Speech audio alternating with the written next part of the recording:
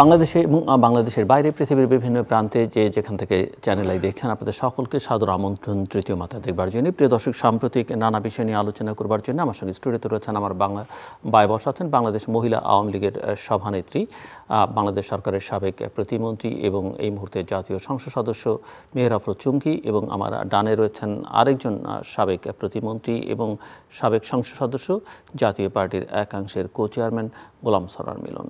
স্বাগত আপনাদের দুজনকে তৃতীয় মাত্রায়। আমি যে প্রসঙ্গটা নিয়ে আলোচনাটা শুরু করতে চাই, দেশের অর্থনীতি নিয়ে নানা রকমের উদ্বেগ উৎকণ্ঠা আছে। সাধারণ মানুষ ইনফ্লেশনের কারণে বা বাজারে গিয়ে তাদের অস্বস্তি প্রকাশ করছেন। সরকারের দিক থেকে এই বিষয়গুলো স্বীকার করা হচ্ছে এবং অ্যাড্রেস করবার একটা চেষ্টাও আমরা হয়তো কখনো কখনো দেখি। কিন্তু অর্থনীতি নিয়ে দেশ যখন সংকটে, সাধারণ মানুষ যখন বিপন্ন, তখন আমরা দেখি দুর্নীতির এক ধরনের মহোৎসবের চিত্র। প্রতিদিন এমন এমন খবর বেরোচ্ছে, বিশেষ করে বিভিন্ন দায়িত্বশীল ব্যক্তিবর্গের, সেটা আসলে মানুষকে ভাবনায় ফেলে যে তারা আসলে কোথায় আছে।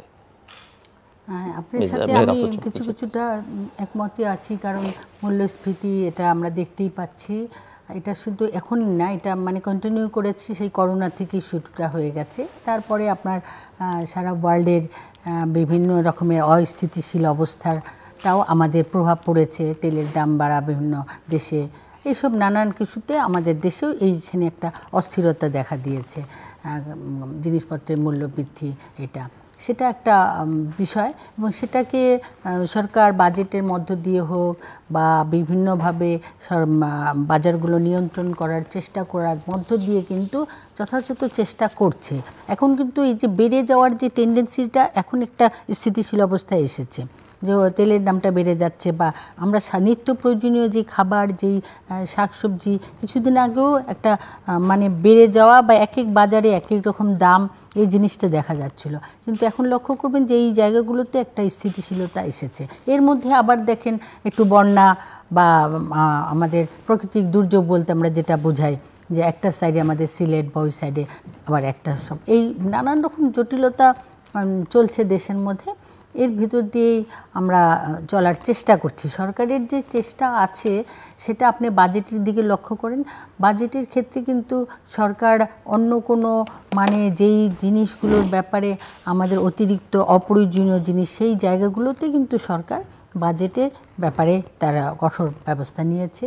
কিন্তু আমাদের যে নিত্য প্রয়োজনীয় জিনিসগুলোর ব্যাপারে সরকার কিন্তু সচেতন হয়েছেন। সরকারের চেষ্টাটা অব্যাহত আছে। আর দ্বিতীয়টা, আপনার একটা প্রশ্ন আছে করাপশনের কথা। করাপশন তো আর রাতারাতি করাপশনটা না। করাপশনটা আমাদের এই দেশে একটা সময় ঢুকে গেছে। এই ঢুকে যাওয়াটা আমার মনে হয়েছে যে এটা আমাদের স্বাধীনতার পরে যখন বঙ্গবন্ধুর বিরুদ্ধে একটা ষড়যন্ত্র চলা শুরু হয়ে গেল, ওই সময়কাল থেকেই কিন্তু এইসব বিষয় নিয়ে নানান গুঞ্জন কথা শুরু হলো। কিন্তু বঙ্গবন্ধুকে সপরিবারে হত্যা করার পরেই দেশের মধ্যে যেন একটা মানে রাজনীতিতে বলেন, রাজনীতিবিদরা রাজনীতি করবে কিনা সেরকম জায়গা ছিল না। তখন আর রাজনীতিবিদরা সঠিক জায়গায় ছিল না, যার কারণে চিন্তা চেতনায় বলেন, একক সিদ্ধান্তের ব্যাপার বলেন, অর্থনৈতিক বিষয়গুলোর বলেন, সব কিছুই আপনি ইমব্যালেন্সড হয়ে গেছিলো। এবং ওখান থেকে আস্তে আস্তে ধাপে ধাপে শুরু হয়েছে। এখন যেই প্রচারণাটা আসছে, মূলত বাংলাদেশ এখন ডিজিটাল বাংলাদেশ, কোনো কিছুই গোপন থাকছে না। যেটা একসময় অতি গোপনে হয়েছে, এখন আর এটা গোপন কেউ রাখতে পারছে না। ইদানিংকালে যেই করাপশনগুলো ধরা পড়ছে সেটা কিন্তু ফেসবুকের মাধ্যমে বিভিন্নভাবে কিন্তু বের হয়ে আসছে। এখন আর লুকিয়ে রাখার কোনো সুযোগ নেই। এই যে ডিজিটাল বাংলাদেশ, এটা কিন্তু এই সরকারই করেছেন, এবং সরকার কিন্তু বারবারই চেষ্টা করছেন যে এটার আওতায় নিয়ে এসে স্বচ্ছতা, জবাবদিহিতা, ট্রান্সপারেন্সিটা যাতে আরও বেশি হয়, সেই দিকটা কিন্তু নজর দিচ্ছেন। এখন এই যে করাপশনের বিষয়টা বলেন, করাপশনটা এখন তৃণমূল থেকে আরম্ভ করে একদম টপ পর্যায়ের বিভিন্ন সেক্টরে বিভিন্ন ধরনের করাপশন। এটাকে আপনি অর্থনৈতিক করাপশনই শুধু বলবেন তা না, আমি তো বলি করাপশন শুধু অর্থনৈতিক না, কাজের যে অবহেলা করে এটাও এক ধরনের করাপশন। মানে অর্থনৈতিক না হোক, কিন্তু এই যে অবহেলার কারণে এক একজন যার যেই কাজ করার প্রয়োজন সে সেই কাজটা করছে না, কিংবা নানান কনস্পিরেসি করছে, নানান রকমের সব কিছু নিয়েই একটা জটিলতা সৃষ্টি হচ্ছে। এবং সরকার কিন্তু একটা যখন কোনো গুরুত্বপূর্ণ ব্যক্তিকে করাপশনের কারণে মানে আইডেন্টিফাই করা হচ্ছে, সরকার কিন্তু সেখানে হাত দিচ্ছেন না। কোনো জায়গায় আপনি দেখতে পারবেন না যে আমাদের মাননীয় প্রধানমন্ত্রী তাদের পক্ষ নিয়ে কথা বলছে বা আমরা বলছি। হয়তো আমাদের দৃষ্টির অজান্তে ঘটনা ঘটে গেছে, একটা কেন, এটা তো এখন ঘটছে না, এটা দীর্ঘদিন ঘটছে, যেটা আমাদের নলেজে আসেনি। তো এই জায়গাগুলোতে কিন্তু আমরা স্ট্রিক্ট, যেটাই ধরা পড়ছে সে যত উচ্চ পর্যায়ে থাকুক সেই জায়গাগুলোতে আমরা ছাড় দিচ্ছে না। এবং আমার কাছে তো খুবই পজিটিভ মনে হচ্ছে, খুবই পজিটিভ মনে হচ্ছে। প্রশাসন বলেন, রাজনীতিবিদ বলেন। আরেকটা জিনিস আপনাকে আমি বলবো যে রাজনীতিবিদদের দিকে সবসময় সবার দৃষ্টিটা খালি রাজনীতিবিদদের দিকে। যেমন আমি করোনার কথা বলি, করোনার সময় আপনার 2-1টা মেম্বার, চেয়ারম্যান বা দু এক জায়গায় হয়তো কোনো করাপশন করছে, তারা কিন্তু কোন দলের সেটা কোনো বিষয় না, এই ধরনের কিছু একটু করেছে, এটা নিয়ে ব্যাপক হুলস্থুল হয়েছে। কিন্তু এরপরে প্রশাসনের কোন জায়গায় কি হচ্ছে এটা নিয়ে কিন্তু কারো নাড়াচড়া ছিল না, যেন প্রশাসন সবসময়ই ভালো আর রাজনীতিবিদরা সবসময়ই খারাপ, এই ধরনের একটা মানসিকতা মানুষের ভিতরে তৈরি হয়ে গেছিলো। দৃষ্টিটা সম্পূর্ণ রাজনীতিবিদদের দিকে চলে গেছিলো, যার কারণে অন্য সাইডটা নিয়ে কেউ মাথায় ঘামায়নি। এখন আস্তে আস্তে বের হচ্ছে যে সব জায়গাতেই কম আর বেশি, ভালো এবং মন্দের মিশ্রণ। এবং আমরা আশা করি এই জায়গাটা যদি আমাদের বর্তমান সরকার শক্তভাবে ধরতে পারেন এই মুহূর্তে, এই জায়গাটা থেকেই আমাদের একটা বিশাল অ্যামাউন্ট, যেই অর্থটা আমাদের অপচয় হচ্ছে, এটা বেরিয়ে আসলে আমাদের যেই উন্নয়নটা যেভাবে গতিময় হয়ে এগিয়ে যাচ্ছে, এটা আরও ব্যাপকভাবে এগিয়ে যাবে। এই জায়গাগুলো আমি আসছি আবার আপনার কাছে, মিস্টার গোলাম সরোয়ার মিলন। ধন্যবাদ আমার প্রিয় সঞ্চালক জনাব জিল্লুর রহমান ভাই, আপনাকে, আমার প্রিয় সহ আলোচক এবং চ্যানেল আইয়ের অগণিত দর্শক শ্রোতা, কাছের এবং দূরের, দেশের এবং প্রবাসের সকলকে তৃতীয় শুভেচ্ছা। আমি খুব গভীর মনোযোগের সাথে আপার কথা শুনছিলাম। আপার একটি বর্ণাঢ্য পরিবার থেকে রাজনীতিতে আসা লোক। প্রথম কথা হচ্ছে যে সত্যিকারভাবে আমি বিশেষ করে আওয়ামী লীগ যেহেতু 15 বছর ধরে ক্ষমতায় আছে, আওয়ামী লীগের রাজনীতিটা আওয়ামী লীগের রাজনীতিবিদদের হাতে আছে কিনা ব্যক্তিগতভাবে একজন নাগরিক হিসাবে, রাজনৈতিক কর্মী হিসাবে আমার সন্দেহ আছে। কারণ 75 বছরের একটি ঐতিহ্যবাহী রাজনৈতিক দল আজকে যে চিত্রটা আমাদের সামনে আছে, মোটা দাগে যদি বলি, এই ঐতিহ্যের সাথে এই আওয়ামী লীগের বর্তমান অবস্থা যায় না। বলতে পারেন কিভাবে? আপনি যেটা বললেন যে অর্থনৈতিক সংকট, এটা তো আছেই বিভিন্ন কারণে। আমাদের করোনা গেছে, আমাদের যুদ্ধ বিগ্রহ হচ্ছে ইউক্রেনে, রাশিয়ায়, এর ধারাবাহিকতা একটা তো আমাদের অর্থনৈতিক অগ্রযাত্রাকে তো আমাদেরকে অবরোধ করেছি, শুধু আমাদের না, বৈশ্বিকভাবেই বৈশ্বিক চ্যালেঞ্জ আমাদের মাঝে আছে। কিন্তু এর মধ্য দিয়ে আমরা কি দেখি? আজকে আমরা দেখি দুর্নীতি যেভাবে মানে এটা মহিরু আকার ধারণ করেছে। দুর্নীতি সব দেশেই আছে কম বেশি, আপনার এটার কিন্তু স্বচ্ছতা, জবাবদিহিতা, 52 বছরের বাংলাদেশ, 53 বছরের বাংলাদেশে আমরা এই স্বচ্ছতা, জবাবদিহিতার জায়গায় আমরা কিন্তু আনতে পারি নাই। এটা আমরা যারা রাজনীতি করি, আর বিশেষ করে এখন 15 বছর ধরে যে আওয়ামী লীগ আছে, তাকে এই দায়টা বেশি নিতে হবে। এবং আপনি জানেন যে আমরা 22 পরিবারের বিরুদ্ধে যুদ্ধ করেছিলাম, বৈষম্যের বিরুদ্ধে। আমরা একটি গণতান্ত্রিক বাংলাদেশ চেয়েছিলাম, আমরা চেয়েছিলাম একটি মূল্যবোধের সামাজিক ন্যায় বিচারকে প্রতিষ্ঠা করতে। আজকে এসে প্রশ্ন করতে হবে, আমরা শুধু দোষারোপের রাজনীতি করি। আজকে এই জায়গায় যদি আপার বিরুদ্ধে একজন বিএনপির কেউ থাকতো, তাহলে আমার মনে হয় যে তো কথাটা অন্য মানে ঝগড়ার মতো করে হতো। আমি জাস্ট পজিটিভ হতে বলতেছি, কিন্তু আমি আপার সাথে একমত যে আজকে রাজনীতিটা আমি আশাবাদী মানুষ, আমি খুব পজিটিভ মানুষ। আমাদের ভবিষ্যৎ প্রজন্মের জন্য বাংলাদেশটাকে আজকে আমাদের একটা রূপরেখা দিতে হবে। দুর্নীতির কথা বললেন আপা, বঙ্গবন্ধু দেশ স্বাধীন করলো, বঙ্গবন্ধুর ভাষণ এখনও কানে ভাজে, এখনও ডিবিসিতে দেখায় যে আমি সাহায্য নিয়ে আসি, আমি দেশের সাধারণ মানুষের জন্য চাটার দল চেটে খায়, বঙ্গবন্ধুর মুখের কথা। এবং আপনি জানেন যে আমি স্মরণ করিয়ে দিতে চাই, শফিউল আলম প্রধান তিনি আজকে মারা গেছেন। আমি কোনো হত্যাকে সমর্থন করি না। 7 মার্ডার কেস ঢাকা বিশ্ববিদ্যালয়ে হয়েছিল, দুর্নীতির তালিকা প্রকাশ করেছিল বায়তুল মোকাররমে, ইতিহাসটা আমি স্মরণ করে দিচ্ছি। তারপর জিয়াউর রহমান সাহেব আসছেন, তখনও দুর্নীতি ছিল। এরশাদ সাহেব, আমার দল, আমি আমাকে সমালোচনা করে বলি, আমাদের সময় থিফ অফ বাগদাদ উপাধি পেয়েছিলেন একজন বড় রাজনৈতিক ব্যক্তিত্ব, তাকে চিনি চোর বলা হইতো।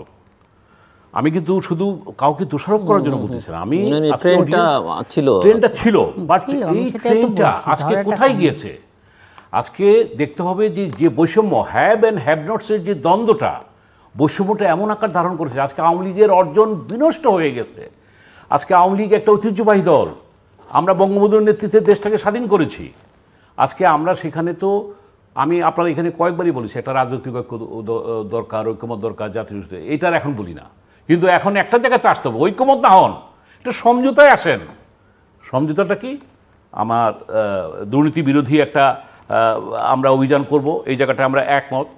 আমরা আগামী নির্বাচনটাকে স্বচ্ছ, জবাবদিহি মূলক কিংবা একটা নির্বাচনী ব্যবস্থাকে করার জন্য একটা সমঝোতা।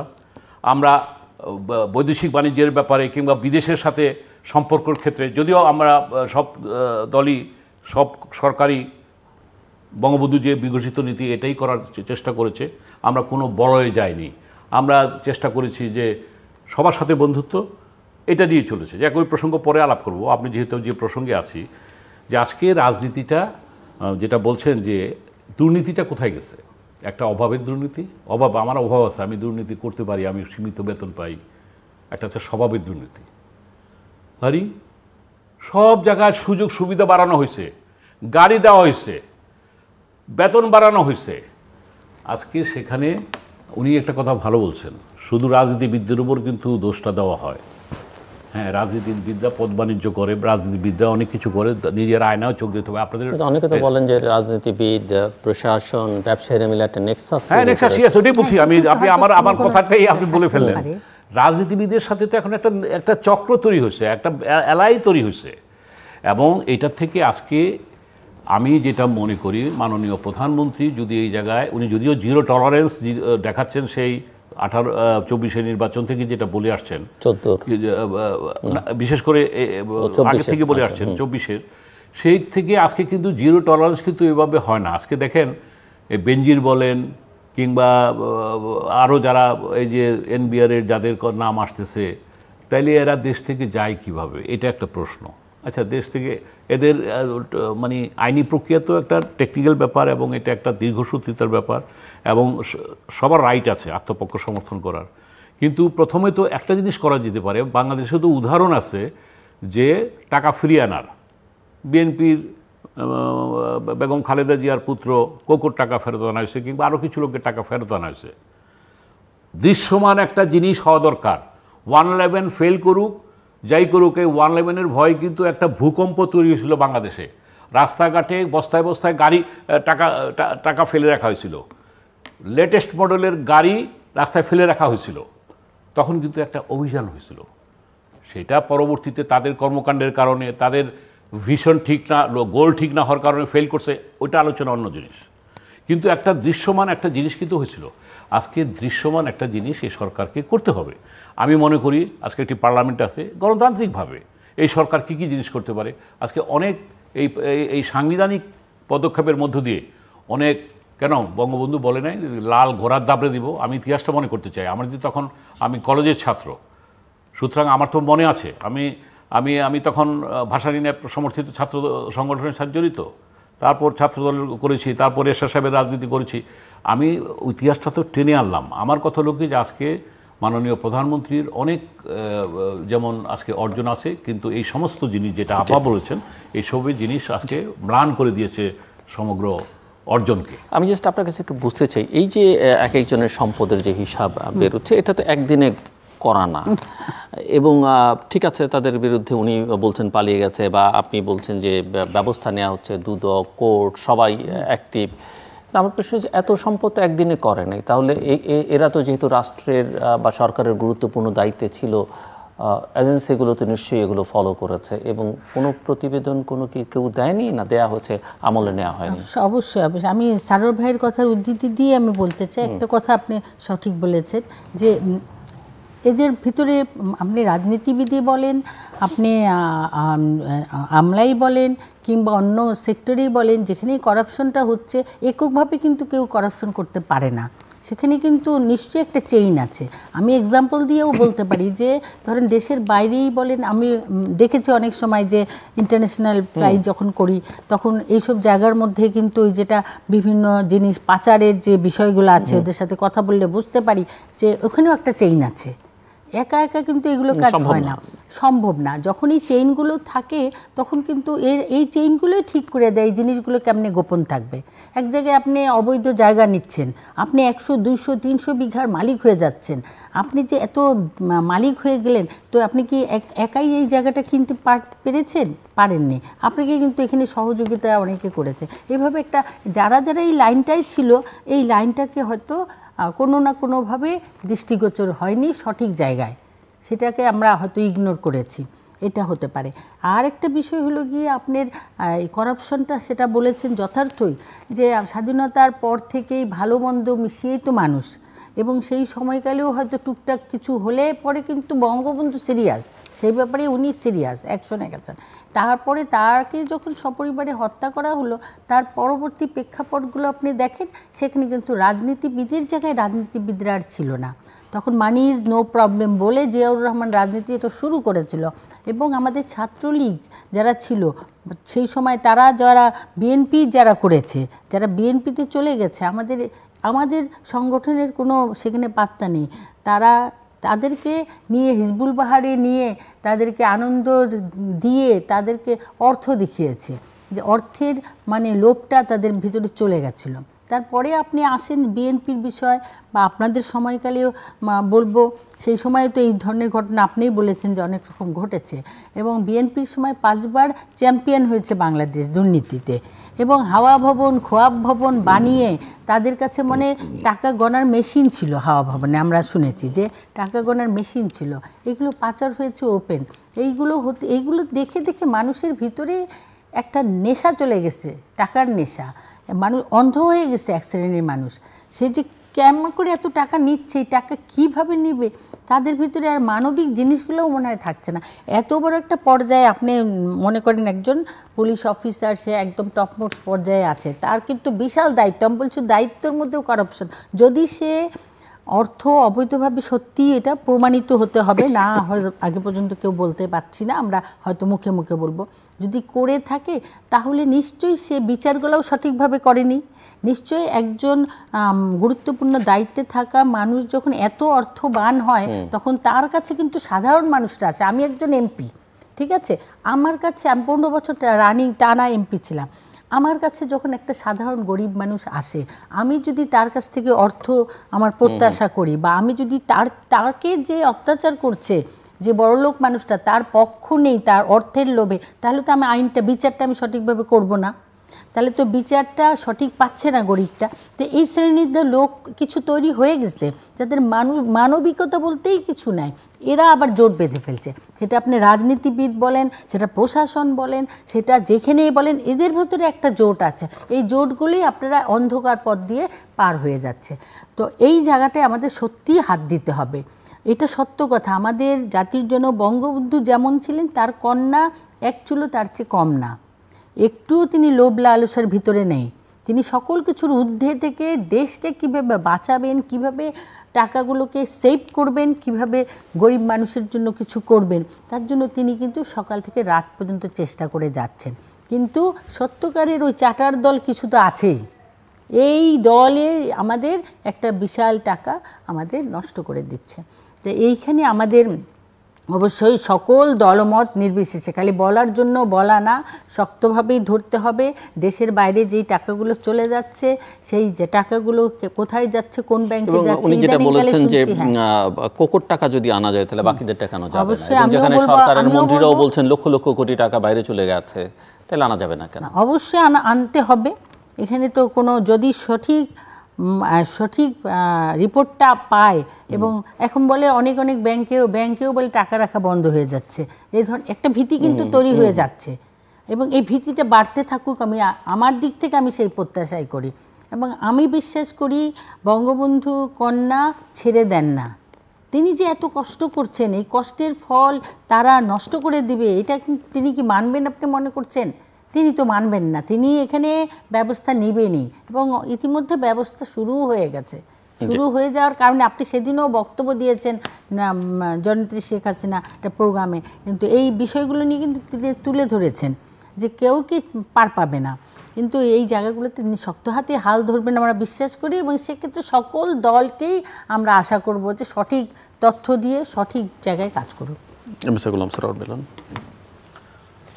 দেখেন, আপা যা বললেন সুন্দর কথা বলেছেন, যে উনি পজিটিভ কথা বলেছেন যে এর একটা বিহিত হওয়া দরকার। এবং আমি মাননীয় প্রধানমন্ত্রী আজকে উনি নিজে কিংবা দেশকে যে উচ্চতা নিয়ে গেছেন, আমি তো বললাম যে আজকে কতগুলি ঘটনা দেশকে অনেক কিছু প্রশ্নের মুখে দাঁড় করিয়েছে। আজকে দুর্নীতির কথা বললেন যে কি টাকা গোনার মেশিনরে কি বলে হাওয়া ভবনে ছিল, হ্যাঁ হাওয়া ভবনে ছিল। তো আজকে তো শুনি বেঞ্জিরেরও নাকি এরকম একজন লোক ছিল টাকা গুনত। আজকে মানুষের প্রশ্ন, সে আইজি ছিল, আইজি থাকাকালীন বিভিন্ন সংস্থা কাউন্টারি ইন্টেলিজেন্স থাকে, এই যে আমরা যারা উনি মন্ত্রী ছিলেন আমি মন্ত্রী ছিলাম, আমাদের পিছনে কিন্তু লোক লাগিয়ে রাখতো যে আমরা কি করি, কোথায় যাই, কি হচ্ছে। তাহলে এই আমলাদের বেলায় কিছু হবে না এটা জানতেন না, হয় ওনাকে মাননীয় প্রধানমন্ত্রীকে এই সংবাদটা দেওয়া হয়নি, আর না হয় উনি হয়তো জেনে উনি হয়তো চুপ করেছিলেন। এটাই তো আমরা ভাবতে পারি একজন সচেতন নাগরিক হিসাবে। কোনটা হয়েছে এটা তো আর আমরা জানি না, কিন্তু এইটা যে হয়েছে এটা জানে। সুতরাং আজকে আমি মনে করি যে একটা দুর্নীতি একটা সামাজিক এটা ব্যাধি। আপনি যেটা বললেন আমি তো নিজেই বলে গেলাম, বঙ্গবন্ধুর আমল থেকে আরম্ভ করে এরশাদের আমল পর্যন্ত আমি আমার দলের সমালোচনা করলাম, কিন্তু তাই বলি কি অতীতে যা হয়েছে তার চেয়ে কি আপনি বেশি হবে না কমানোর চেষ্টা করা হবে? আপনি এর আগে সমঝোতার কথা বলছিলেন এবং সেখানে দুর্নীতি, নির্বাচন এগুলো নিয়ে সমঝোতা। দুর্নীতির সঙ্গে নির্বাচনের কোনো সম্পর্ক আছে না? আমি এটা মৌলিক জাতীয় ইস্যুর প্রশ্ন বলছি যে 1 নম্বর বাংলাদেশের ইস্যু হচ্ছে কি নির্বাচনী ব্যবস্থা। ওই সেটা নির্বাচনী ব্যবস্থা, নির্বাচনটা তো একতরফা নির্বাচন হচ্ছে, বিরোধী দল তো অংশগ্রহণ করছে না। সুতরাং আজকে আমি মনে করি যে নির্বাচনটা, আগামী নির্বাচনটা যে সময়ই হোক, একটা নির্বাচন তো আবার তো হতেই হবে নিয়ম অনুযায়ী, সাংবিধানের অনুযায়ী। এবং মাননীয় প্রধানমন্ত্রী এটা ঠিক, আল্লাহ তাকে আরও হায়াত দেখ, কিন্তু বাট এটাই সত্যি, she is not the last prime minister of Bangladesh, এটা তো সত্যি। তাহলে ভবিষ্যতে আমি তো মনে করি যে আজকে এই যে পুরা মানে খোল নলচে কিংবা পুরা একটা রিফর্ম, একটা রাষ্ট্রীয় শুদ্ধাচার, শুধু নয় রাষ্ট্রীয় একটা সংস্কারের আজকে এটা প্রয়োজন দুর্নীতির প্রশ্নে। শুদ্ধাচারের কথা বললে এখন আবার বেনজির আহমেদের কথা, হ্যাঁ সেটাই আসছি সেই কথাই। এই কথাগুলি আছে, বাস্তবে শুদ্ধাচার কারা পাচ্ছে? একজন প্রমাণিত হলো দুর্নীতিবাজ একজন যে আইজি ছিলেন, তার সম্পর্কে আজকে সাধারণ পাবলিক, বেনজির সাহেবকে আগে পুলিশের লোকেরা, সাধারণ লোকেরা, উচ্চপদস্থ লোকেরা নামে চিনত, আইজি সাহেব পদটা তো সবাই চিনে।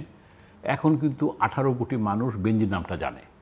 মাননীয় প্রধানমন্ত্রীর নামটা যেরকম জানে, বেনজিরের নামটা পাশাপাশি ঠিক তেমনিভাবে জানে। কেন জানে? আজকে তার এই অপকীর্তির জন্য। তা আপা, আপনার উদ্দেশ্যে আমি আমার বক্তব্য যেটা, সবিনয় নিবেদন যেটা, যে আগে যা হয়েছে, যেটা আমি নিজেই স্বীকারোক্তি করে গেলাম যে আমরাও যখন ছিলাম, এর পরবর্তীতে এরশাদ বিরোধী আন্দোলন আপনারা করলেন, আওয়ামী লীগ আর বিএনপি মিলে। এখানে বিএনপি কেউ থাকলে ভালো হইতো। তো তারা কি বললেন যে আজকে আপনারা বললেন যে 3 জোটের রূপরেখা বললেন, আপনারা স্বৈরাচার বিরোধী আন্দোলন করলেন। এরপরে কোন আচারে আসেন না?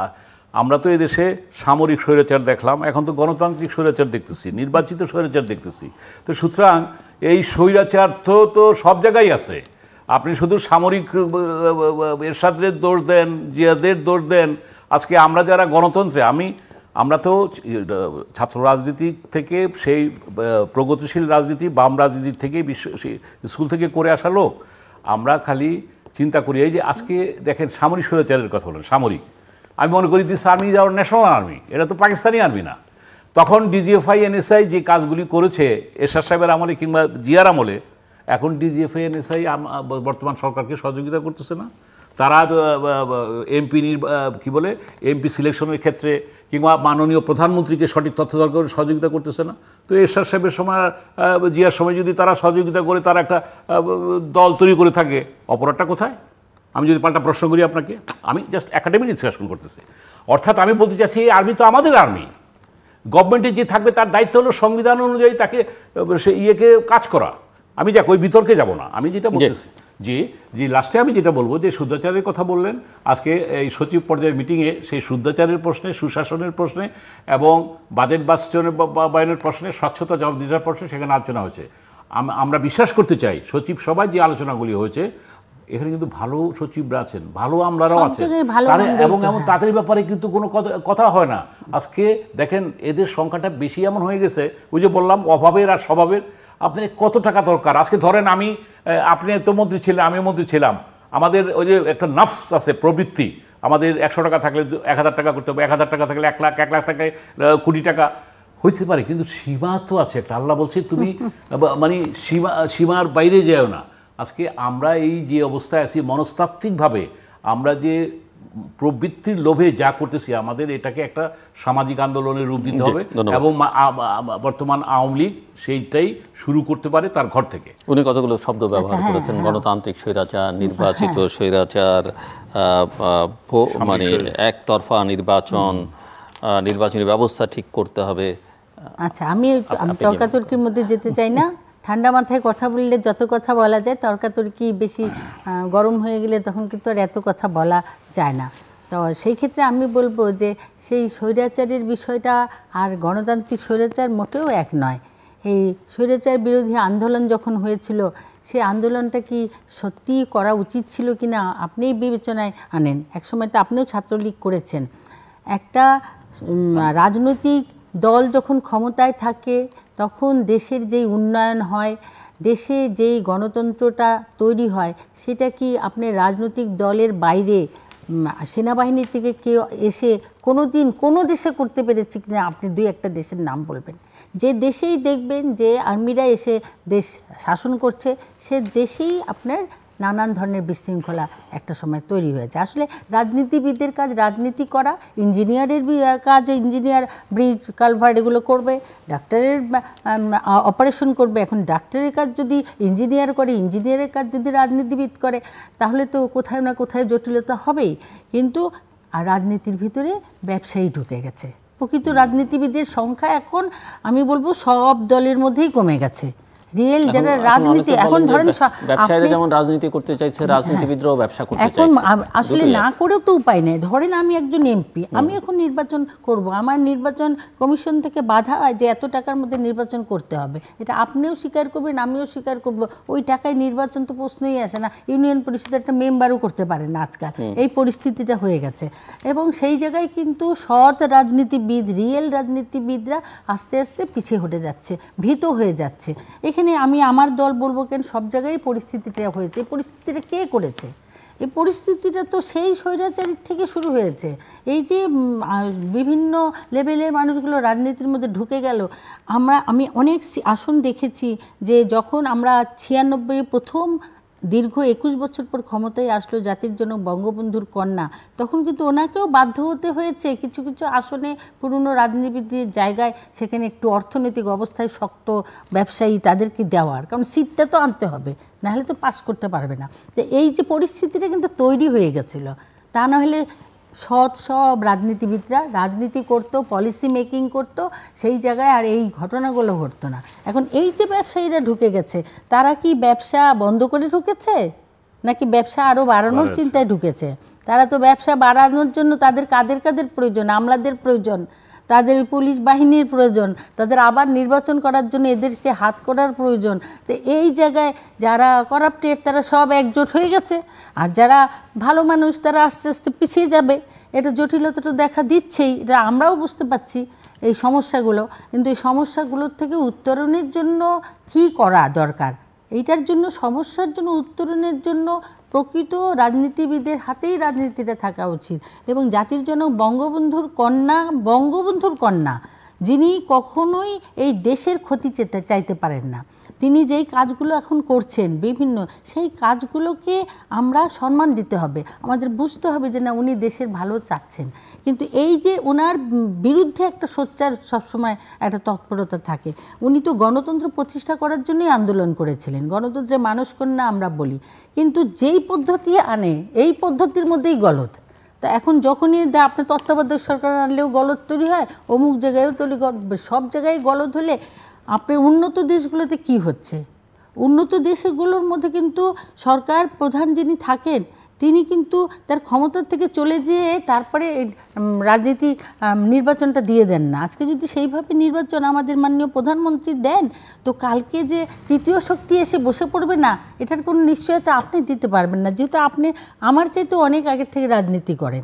তো এই ভীতিটা তো সবার ভিতরেই আছে যে তৃতীয় শক্তি যদি আসে এই দেশ আর বাঁচানো যাবে না। তো আপনাদের জননেত্রী শেখ হাসিনার প্রতি আস্থাটা আসতে হবে। উনি যে সত্যি উন্নয়ন করছেন দেশের, এই জিনিসটা আনতে হবে। সবাইকে নির্বাচনের মধ্যে অংশগ্রহণ করতে হবে।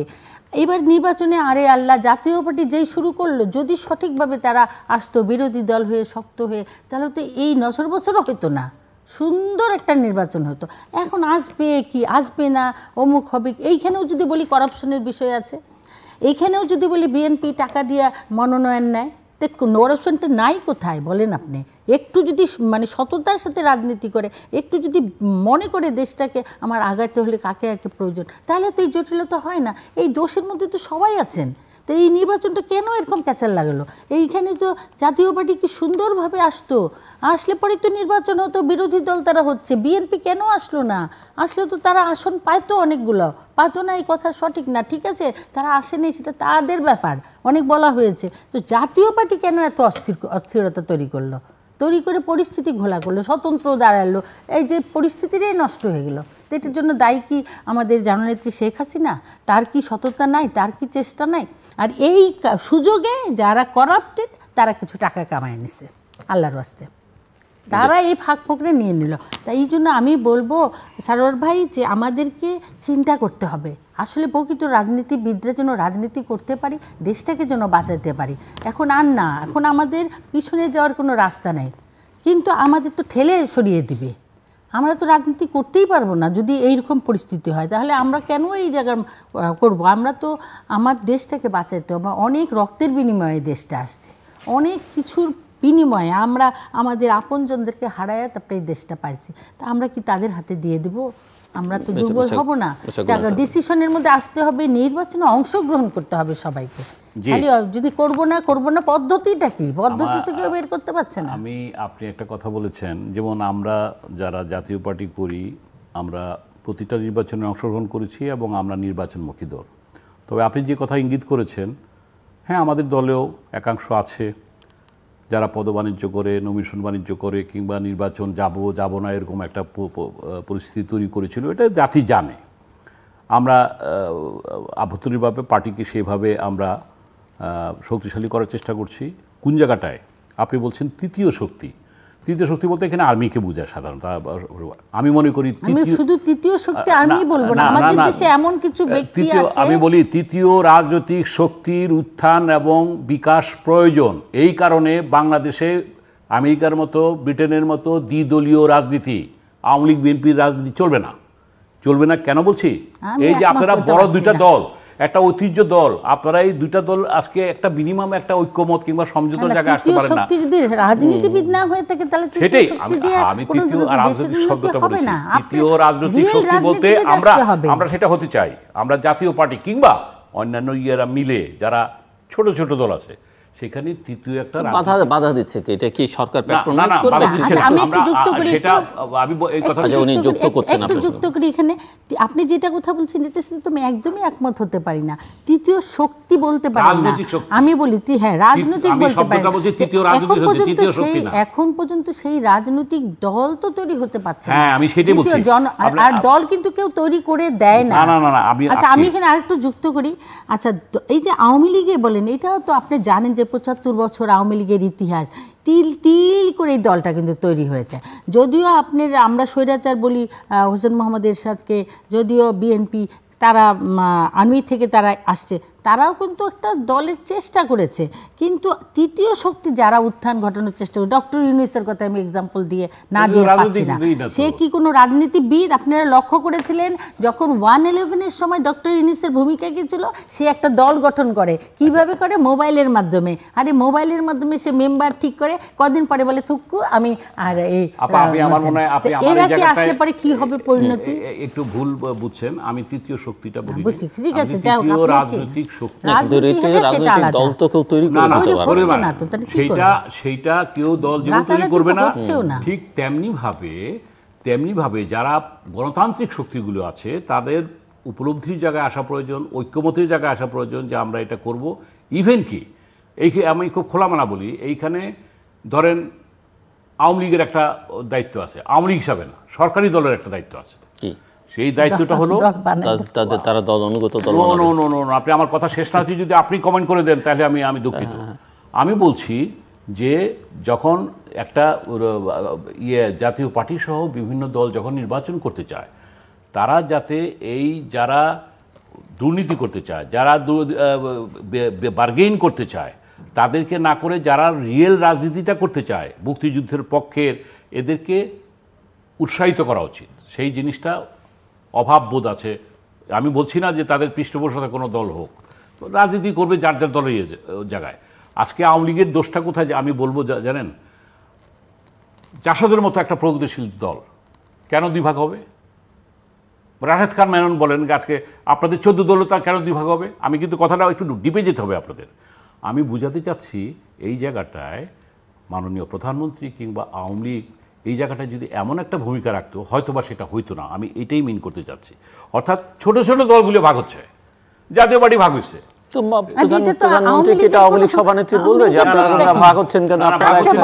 বলবেন না, আবার উনিও জোটের প্রধান হিসাবে উনি কিন্তু এটা বলতে পারেন যে আপনারা ঐক্যবদ্ধ থাকলে বোধহয় ভালো, আমরা 14 দল আছি। আমি যাই হোক, এটা যার যার ব্যাপার। আমি আপনি আমার সাথে এক দ্বিমত হইতে পারেন। আমি যেটা বুঝাতে চাচ্ছি যে রাজনৈতিক শক্তির আপনি যে কথাটা বললেন, রাজনীতিটা তো রাজনীতিবিদদের হাতে নাই। তাহলে এই দলগুলিকে ভাঙতেছে কে? দলগুলি যারা ভাঙতেছে পিছন থেকে হয় বিদেশি শক্তি, না হয় দেশীয় শক্তি, না হয় দেশীয় কোনো এজেন্সি। আজকে আমাদের দোষটাই আমি আত্মবিশ্লেষণ, আত্মসমালোচনা, আত্মপর্যালোচনার জায়গাটায় আমি আপনি এক্সাম্পল আপনাদের দলটাই আমরা বলি যে জাতীয় পার্টি। আমরা তো এখন ধরে নিচ্ছি যে জাতীয় পার্টি আমাদের বিরোধী দল, যেহেতু তাদের দিকেই আমাদের চিন্তা ভাবনা। বিএনপি সে নির্বাচনে আসলে ওয়েলকাম, সে বিরোধী দল। ওই জায়গাটা আপনার সাথে একমত হলাম না।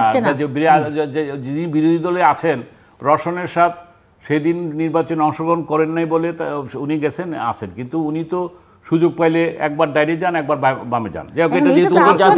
জাতীয় পার্টির ইমেজ তো সবসময় গৃহপালিত হিসেবে ছিল। যখন রসনের সাথে ক্ষমতা ছিল তখন আমরা গৃহপালিত বিরোধী দল, সুতরাং আমাদের হাত পা বাঁধা এটা হাত পা বাঁধা এটা বুঝার হয়তো আপনাদের কোনো ভুল থাকতে পারে।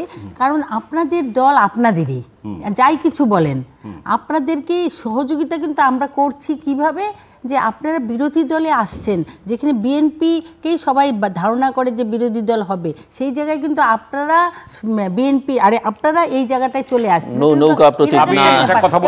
আমি এক সেকেন্ড বলি, এবার যদি নির্বাচনে তো আপনারা আরো বেশি সিট নিয়ে চলে আসেন। পার্লামেন্টে আছেন লতিফ সিদ্দিকী সাহেব, তার বক্তব্যে বলছেন যে আমি নৌকাকে ফাইট করে সংসদ সদস্য হয়েছি, আমি কারো করুণার বিনিময়ের সংসদ বিরোধী দলীয় নেতা হই নাই, সংসদ বিরোধী দলের উপনেতা হই নাই, হুইপ হই নাই। অর্থাৎ জাতীয় পার্টি যে অংশটা সেখানে আছে তাদের উদ্দেশ্যে উনি কথাটা বলছেন। অর্থাৎ যেটা বুঝতে যাচ্ছে আপনার কথা, এটা আপনি বলছেন আমরা মানতে রাজি না। আপনি বলছেন আমি কথা বললে হয়তো আপনি বলবেন যে আমি কেন মন্তব্য করছি, কিন্তু জাতীয় পার্টি কি এর আগে এর চেয়ে বেটার কিছু ছিল? এই 11টা ছিল না তো, সংখ্যা মানে চরিত্রে খারাপ ছিল, মানে সংখ্যায় বেশি ছিল। আমার কথা হলো কি যে জাতীয় পার্টি নির্বাচনের মুখী দল, এবং জাতীয় পার্টি সবসময় তার একটি মানে রাজনীতি নিয়ে চলে, এবং রাজনীতি হচ্ছে কৌশলের খেলা। এখন আমরা নির্বাচনে যাই, সমালোচনাও করি, আমরা পজিটিভ সমালোচনা করি এবং করি। হ্যাঁ, এটা আপনি বলতে পারেন, আমি আপনার সাথে একমত। জাতীয় পার্টিকে সেইভাবে কোনো সরকারি, বিএনপি বলেন আওয়ামী লীগ বলেন, ফ্রি হ্যান্ড রাজনীতি করার সুযোগ দেওয়া হয়নি। এই বিতর্কে আমি যেতে চাই না। আমার কথা উল্টো দিকে বলে যে জাতীয় পার্টি লেজুর ভিত্তিক রাজনীতি করারই চেষ্টা করেছে সারাক্ষণ, কখনো আওয়ামী লীগ, কখনো বিএনপি, যেখানে সব জায়গায় সুবিধা করার চেষ্টা করেছে। যদি মেনে নেই স্বাধীনভাবে, আমি আজকে দর্শকদের বোঝার সুবিধার্থে বলতেছি যে জাতীয় পার্টি নিয়ে এত সময় নষ্ট করার আমার মনে হয় না দরকার আছে। আমি তৃতীয় রাজনৈতিক শক্তিশালী যেটি হোক, আমি আমার মূল পয়েন্টে চলে আসি, এটা আসতে চাই। লাস্টে আমি যে কথাটা মানে আপনাকে একটু সময় দেন, যে আজকে দেশটাকে ভালোভাবে চলুক, এটা আমরা চাই। আজকে মাননীয় প্রধানমন্ত্রী চায়না যাচ্ছেন, চায়নার সাথে একটা ভালো সম্পর্ক, কারণ ভারতের সাথে আমাদের একটি ঐতিহাসিক সম্পর্ক রয়েছে। চায়নার সাথে আমাদের যে 2016 সনে যে সম্পর্ক হয়েছিল সেটা হলো যে আমরা সেখানে যে চিরাচরিত অর্থনৈতিক সম্পর্ক ছিল তার থেকে আমরা একটু মানে আমরা অংশীদারিত্বমূলক যেতে চেয়েছিলাম, এখন আরও নিবিড় অংশীদারমূলক এবং কৌশলগত দায় দায়িত্ব নিয়ে করার জন্য উনি যাচ্ছেন। সেইটা যাতে সফল হয় এবং ভারতের সাথে যে সম্পর্ক সেটা হয়। কিন্তু আমার প্রশ্নটা অন্য জায়গায়। নেহরু তিনবার প্রধানমন্ত্রী ছিলেন, উনি জোট নিরপেক্ষ আন্দোলনের উনি পুরোধা ছিলেন, উনি কিন্তু জোট নিরপেক্ষ আন্দোলন শেষে থাকতে পারেন নাই। আমি কথাটা উঠালাম এই কারণে, আমাদের উন্নয়নের জন্য যেমন লোন দরকার, প্রজেক্টের জন্য চায়না থেকে লোন দরকার, আমার ভারতকে দরকার প্রতিবেশী হিসাবে, আমার আমেরিকাকে দরকার যেহেতু উন্নয়ন সহযোগী, আমার ডলার দরকার, ডলার সংগ্রহ, সুতরাং বিশ্বব্যাংক দরকার, IMF দরকার। একটা ব্যালেন্স কিন্তু আমাদের রাখছেন মাননীয় প্রধানমন্ত্রী, কিন্তু আলটিমেটলি কিন্তু অনেক সময় এই ভারসাম্য বজায় রাখা যায় না, একটা জায়গায় অবস্থান করতে হয়। এই কথাটা বলার উদ্দেশ্য হলো দেশ ও জাতির সাথে মানে কোন দিকে থাকতে হবে, মানে আপনার আমার কথা হলো কি আমাদের দেশের স্বার্থে যেদিকে থাকলে আপনার কি ধারণা? হ্যাঁ, আমার ধারণা আপনার মাথার মধ্যে আছে। আমার ধারণা হলো চায়না থেকে আপনি লোন নেবেন শ্রীলঙ্কার যাতে ট্র্যাপে না পড়ি, চায়নার ঋণের চক্রে যাতে আমরা না পড়ি, এটা হলো একটা ধারণা, আমার ধারণা। 2 নম্বর হচ্ছে ভারতের সাথে আমাদের চিরস্থায়ী আমাদের বন্ধু বলতে প্রতিবেশী ভারতসহ আমেরিকা কিংবা পশ্চিমাদের সাথে আমাদের সম্পর্কটা আরও উন্নয়ন করলে, নিশ্চয়ই সরকার সে সাথে বলছেন যে তাদের সাথে সম্পর্ক আছে, উন্নয়ন করছেন, এই জায়গাটায় আরও উন্নয়ন হওয়া দরকার। এই কারণে, কারণ আমাদের যাই বলি আলটিমেটলি আমাদের রিজার্ভের কথা আসে, আলটিমেটলি আমাদের ডলার সংকটের কথা আসে, আলটিমেটলি আমাদের মূল যে এই করতে হলে ওদেরকে লাগবে। আর চায়নার থেকে আপনি ইয়েনের লোন আনবেন, ইয়েনের টাকায় শোধ করবেন কিংবা এই করবেন, ইন্ডিয়ার থেকে আপনি টাকায় শোধ করবেন, কিন্তু আমার রিজার্ভ আমার বিশ্বে আমাকে যদি স্মার্ট বাংলাদেশ করতে চান, মাননীয় প্রধানমন্ত্রী যেটা 100 বছরের পরিকল্পনা ডেল্টা প্ল্যান নিয়েছেন, সেই ডেল্টা প্ল্যানে নিতে হলে বিশ্বের এইসব শক্তিধর রাষ্ট্রকে লাগবে। জি, হ্যাঁ, দেখুন দুটি পয়েন্টে, একটা পয়েন্ট সেই তৃতীয় শক্তির বিষয়টা আবার এসে যাচ্ছে, আর দ্বিতীয়ত হলো গিয়ে যে আমার উন্নয়নের ব্যাপারে আপনি আত্মবিশ্বাসী এবং যেই অবস্থান আছে সেই অবস্থানের আরও উন্নয়ন আপনি প্রত্যাশা করছেন, এটা নিশ্চয়ই একটা পজিটিভ চিন্তা আপনার। এটা আমি একজন নাগরিক হিসাবেই আপনি এটা চিন্তা করছেন, এটা আমি অ্যাপ্রিসিয়েট করছি। তো আমার ভারতের সাথে সুন্দর সম্পর্ক, চায়নার সাথে দিনকে দিন আরও ভালো সম্পর্ক করার চেষ্টা হচ্ছে, আমেরিকার সাথে যত রকমের জটিলতা হোক তারপরেও কিন্তু আমরা সেইখানেও ধরে রেখেছি। এটা কিন্তু পররাষ্ট্র নীতির ক্ষেত্রে আমরা মনে করি একটা ভালো সাফল্য আমাদের। কিন্তু এটাও লক্ষ্য করেছেন যে ভারতের সাথে যতই ভালো সম্পর্ক হোক তারপরেও একটা শ্রেণী মিথ্যাচার করেই যাচ্ছে। এই যে ট্রানজিট দিচ্ছে, এই যে ট্রেন যাবে চলে উপর দিয়ে, এই যে আমাদের উন্নয়ন হবে অর্থনৈতিক, এইটাকেও নানানভাবে মিথ্যাচারের জায়গাটা কিন্তু বাংলাদেশে চলছেই, চলমান আছে। তো এত কিছুর পরেও এই যে তৃতীয় শক্তি, মানে আপনি যেটা চিন্তা করেছেন যে তৃতীয় রাজনৈতিক শক্তি মানে আর একটা দল আসুক ক্ষমতায়, একবার এই দল আসুক, আপনি এইটাই চিন্তা করছেন, কিন্তু আমাদেরও কোনো আপত্তি নাই, কিন্তু আপনারাই তো তৈরি হতে পারছেন না। আপনারা হোসেন মোহাম্মদ এরশাদ সাহেবের মৃত্যুবরণ করার পরে আপনারা গেলেন সব, একবার এই দিক একবার ওই দিক ভাগ। এটা তো আপনি যদি মনে করেন যে আওয়ামী লীগ ভাগাভাগি করছে তা না, এবং আমাদের নেত্রী বলবে আপনারা মিলে যান বললেই যে আপনারা মিলে যাবেন, এটা তো হয় না। আর এক দলের প্রধান কি আর একটি নতুন দলকে, সেটা তো তাহলে সেটার একটা ওনাদের দলের একটা কিন্তু রেকর্ড আছে, ওনাদের দলের জটিলতা তৈরি হলো, ওনাদের দলের কোনো নেতা বা নেত্রী কখনো কখনো গিয়ে প্রধানমন্ত্রী শরণাপন্ন হয়েছে। এটা তো তাদের দোষ।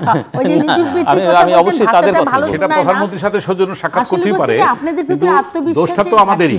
এটা আমি বলি আমাদের দুর্ভাগ্য হলো গিয়ে এই যে দলগুলো যেগুলো বাংলাদেশের এখন বড় বড় দল, বিএনপি, জাতীয় পার্টি বলেন, এদের মাথা শূন্য হয়ে যাচ্ছে, এদের খালি লেজ নাড়াচ্ছে। এই যে আপনার বিএনপির অবস্থাটা দেখেন, এই যে এত চিৎকারই করুক বেগম খালেদা জিয়া অসুস্থ, তার ছেলেকে কেন প্রধান বানাতে হবে? সে কেন দেশের বাইরে বসে বসে এই দল চালাবে? তো এখানে কি কোনো মাথা নাই? এখানে কি তৈরি হতে পারে না? এখানে কিন্তু আরও ভালো ভালো অনেকে ছিল, কিন্তু ওই যে ওইখানে বসে বসে কোন দিন দল চালাতে পারে, হতে পারে। আপনাদের আবার জাতীয় পার্টি সেই একই অবস্থা দাঁড়াচ্ছে, এ নিবে না ও নিবে, এ করবে, এই ডিসিশনগুলো। এই জায়গাটা বলি আপনার সাথে সম্পূর্ণ একমত যে বিএনপির বেগম খালেদা জিয়া আজকে অসুস্থ, তা বা একজন থাকেন লন্ডনে বসে বসে হুকুমদারি করেন, পার্টিতে অবস্থা। আমাদের ম্যাডাম অসুস্থ, উনি বাসায় থাকেন, এটা তো বাস্তব। আজকে ধরেন এই আওয়ামী লীগের কথাই বলি, মাননীয় প্রধানমন্ত্রী এখনও আল্লাহর রহমতে তার স্বাস্থ্য সুস্বাস্থ্য সব কিছু ঠিক আছে, খোদা না করুক মাননীয় প্রধানমন্ত্রীর যখন একটা প্রকৃতির নিয়ম অনুযায়ী উনি 5 বছর 10 বছর 15 বছর পরে হইলেও তো হয়তো ওনাকে যেতে হবে, গেলে তখন আওয়ামী লীগের নেতৃত্বের যে ক্রাইসিস হবে এটা আমার কিন্তু ফোর্সই নাও হইতে পারে। তখন তো আওয়ামী লীগ 3-4 আওয়ামী লীগ ঠিক করবে।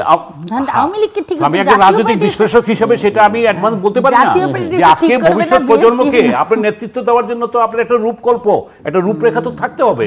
আজকে আমরা তো এইভাবে যে কথা আসলো যে আমাদের গোপনও থাকতে পারে, সেটা গোপনে থাকতে পারে, অবশ্যই সময় বলে দেবে যে কে হুইল বি দ্য লিডার। আমি সেই কারণেই আপনি আপা সারা জীবন থাকবেন না, আমি সারা জীবন থাকবো না। আমি যেটা কি বলতে যাচ্ছি, আপনি যেটা বলেছেন এটাই রাইট, এটাই প্রকৃতির নিয়ম। কিন্তু এই যখন আওয়ামী লীগে যদি কখনো কোনো ক্রাইসিস হয় তাহলে জাতীয় পার্টি এসে সমাধান করতে পারবে না, বিএনপি এসে কথা, বরং তারা বলবে ভাঙ্গো। আমি বলতেছি যে প্রত্যেকটা দলকেই এই জায়গায় তার ভবিষ্যৎ রূপরেখাটা ঠিক করা উচিত, ঠিক করা। সেই জায়গায় তো আপনারাও সমস্যা। এবং আমি যেটা আপনারা একটা আমার মনে হয় মিসইন্টারপ্রিটেশনটাতে একটু দূর করার জন্য, যে আমি কিন্তু বলি নাই যে মাননীয় প্রধানমন্ত্রী বিরোধী দলকে বিভিন্ন জায়গায় করবে। নো, আবার রাজনৈতিক সংস্কৃতিটা রাজনৈতিক পরিবেশটাকে এমন করা উচিত যাতে করে এখানে শক্তিশালী একটা বিরোধী দল তৈরি হয়। আপনি আজকে বিএনপি আসে নাই, আজকে এখানে একটা শক্তিশালী বিরোধী দল কেন তৈরি হচ্ছে না আমি ধরে নিচ্ছি। উনিও বলছেন যে বিএনপির মাথা নাই, জাতীয় পার্টির মাথা নাই, বা এই দলগুলো আসলে এক করতে পারছে না কেন সেটা আলোচনা করা উচিত। হ্যাঁ, আমি সেটা হ্যাঁ কেন পারছি না সেটাই বলি। সেটা পারছি না যে সেই কেউ যদি শেষের দিকে আমি 1 মিনিটই শেষ করব, 2 মিনিট সময় দিন। আচ্ছা, 2 মিনিট শেষ করেন। সে না পারার কারণটা হচ্ছে আজকে একটা ভয়ের সংস্কৃতি কাজ করছে, সুস্থ রাজনৈতিক সংস্কৃতির অভাব। কিসের ভয়? ভয় আমি যদি এখন সত্যিকার ভাবে না, কিসের ভয়? প্রত্যেকটা সরকার সময় নিপীড়ন ছিল, কিন্তু বর্তমান সরকার যেটা আমরা দেখেছি যে বেশি কথা বলতে গেলে তাদেরকে নিপীড়নের ভয় হইতে হয়, নিগৃহীত হইতে হয়, এটা তো প্রমাণিত। এবং ডাক্তার ইউনূসের বিরুদ্ধে অনেক কথা ওনার আমার থাকতে পারে, কিন্তু তার মতো লোক কেউ আজকে আদালতে হাজির হইতেছে, যদি উনি আইনের ঊর্ধ্বে নয়। অবশ্যই আইনের ঊর্ধ্বে নয়, কেউ আইনের ঊর্ধ্বে নয়। আজকে উনার আইনের ঊর্ধ্বে নয়, উনি করতে পারেন না। বেগম খালেদা জিয়াকে 2 কোটি টাকার জন্য জেল দেওয়া হয়েছে, উনি আইনের ঊর্ধ্বে নয়, ঠিক আছে, কোর্ট তো ওনার চিকিৎসার জন্য কেন বাধা দেওয়া হবে? কেন? আমি শেষ করি। আমি চিকিৎসার জন্য ওনাকে আজকে এক্সিকিউটিভ অর্ডারে যদি এখানে মুক্ত করে চিকিৎসা করা যেতে পারে, অতীতের রেকর্ড আছে, তাকেও বাইরে চিকিৎসা করা যেতে পারে। আমি কিন্তু একটা নাগরিক হিসাবে, আমি তো বিএনপি করি না, আমি নাগরিক হিসাবে আমার অনুভূতিটা বললাম। শেষ আপনি যে প্রশ্নটা করেছেন যে আজকে আমরা যারা বিরোধী রাজনীতি করি তাদের ভিতর এই আস্থাটা জন্মাইতে হবে সরকারের পক্ষ থেকে, তোমরা আমাদের সমালোচনা করো নির্দ্বিধায়, কোনো নেতিবাচক কর্মসূচি করবা না, কোনো করবা না। সুতরাং ভবিষ্যতে জনগণ যাকে পছন্দ মনে করবে তাকেই করবে, এরকম একটা পরিবেশ যদি তৈরি করা হয়। ওই যে আপনি বললেন না আমাদেরকে গৃহপালিত, কিন্তু বিরোধী দল কি সরকারের দিকে, সরকার কখন তাকে নিপীড়ন করবে, কি করবে না কি করবে সেই দিকে তাকে রাজনীতি করে? এই ইতিহাস কি আছে? না, করে না। কিন্তু আমাদের দেশে এই বিগত 15 বছরে কি সেটা হয়েছে? বা যদি বলি আওয়ামী লীগের কথাই, আওয়ামী লীগের মধ্যে 101টা সমালোচনা আছে, কিন্তু আওয়ামী লীগ কি সরকার নিপীড়ন করলো কি করলো না সেটার দিকে তাকিয়ে রাজনীতি করেছে। পাকিস্তানি আমলের কথা বাদ দেন, বঙ্গবন্ধুর আমল থেকে এই পর্যন্ত এরশাদের আমল, আমাদের এটা আমলটাই বলি। আপনি বলেন এরশাদ স্বৈরাচার ছিল, আচ্ছা শেষ করছি এই বলে, এরশাদ বিরোধী দলের উপর যে নিপীড়নটা করেছিল, একদম আমি দর্শকদের বিবেকের কাছে ছেড়ে দিই। এরশাদে আওয়ামী লীগের বড় এক নেতা বলছে যে আপনার এরশাদে আমরা স্বৈরাচার পালি, দুর্নীতিবাজ বলি। উনি যা দুর্নীতি করছে এখনকার আওয়ামী লীগের একজন কাউন্সিলর তার চেয়ে বেশি টাকা কামায়, অর্থাৎ এটার দুর্নীতির প্রশ্নে। আর এরশাদ বিরোধী দলের উপর যে নিপীড়নটা করেছিল, আমি ধরে নিলাম যাই করেছে, নিপীড়ন করেছে, স্বৈরাচার বলেন আর সামরিক শাসন বলেন আর যে বলেন, আজকে কি তার চেয়ে কম? এই প্রশ্নটা রেখে দিলাম। অর্থাৎ এতে আমি কোনো আমি লাস্ট কথাটা হলো যে আমরা চাই যে উত্তরণ ঘটাতে। ধন্যবাদ।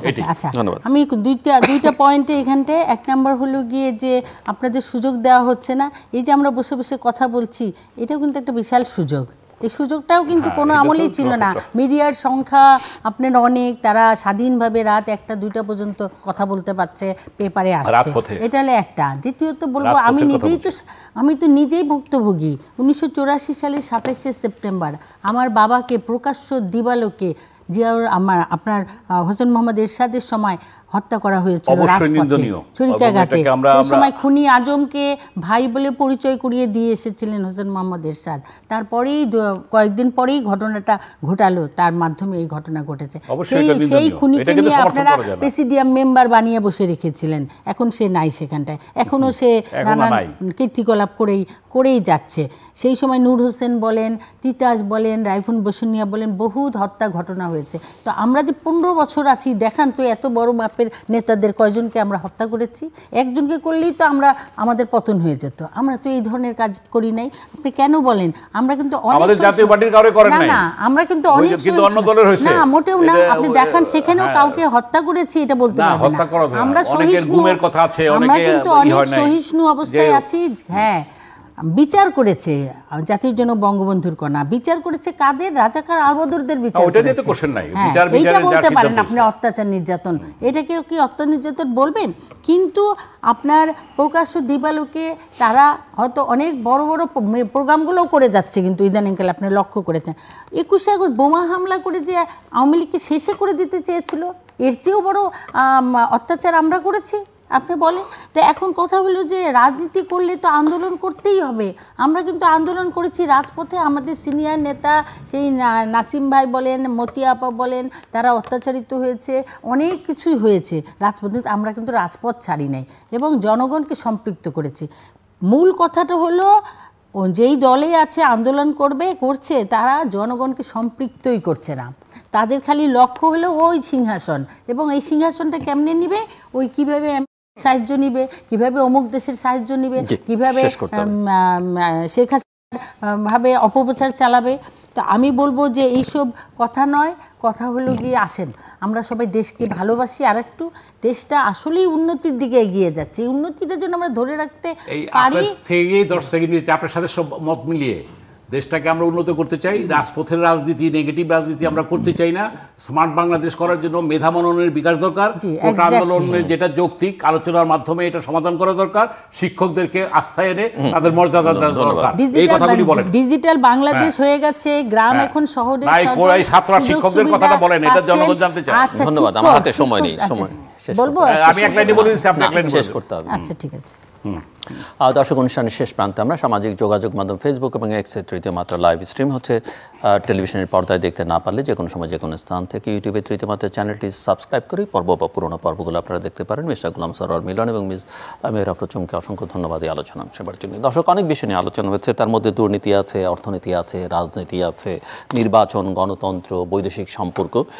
কিন্তু মূল সংকট একটা জায়গায়, সেটা হচ্ছে যে রাজনীতিবিদদের মধ্যে খুব একটা আছে সেটা মনে হয় না, এবং সংকটটা আসলে রাজনীতির সংকট, এবং সেটাই আসলে বাংলাদেশের এখন সর্বাগ্রে ফিক্স করা দরকার। এখানে অনেক রকমের কথা হচ্ছে, কে কাকে রাজনীতি করবার সুযোগ দিবে, কে কাকে তৈরি করে দিবেন, কার কী দায়িত্ব। মূল কথা হচ্ছে যে প্রত্যেকের রাজনীতিটা নিজেকে ঠিক করতে হবে। প্রত্যেকটা দলগুলোতে রাজনীতি থাকতে হবে, সেটা অনুপস্থিত। সামগ্রিকভাবে দেশেও রাজনীতিটা অনুপস্থিত। কাজে রাজনীতিটা যতক্ষণ পর্যন্ত আমরা ফিক্স না করতে পারবো, ঠিকঠাক না করতে পারবো, ততক্ষণ পর্যন্ত অর্থনীতি সহ অন্যান্য জায়গায় যে সংকটগুলো আলোচনা হয়েছে, কম বা বেশি মাত্রার পার্থক্য থাকতে পারে, সেই সংকটগুলো কিন্তু থাকবেই।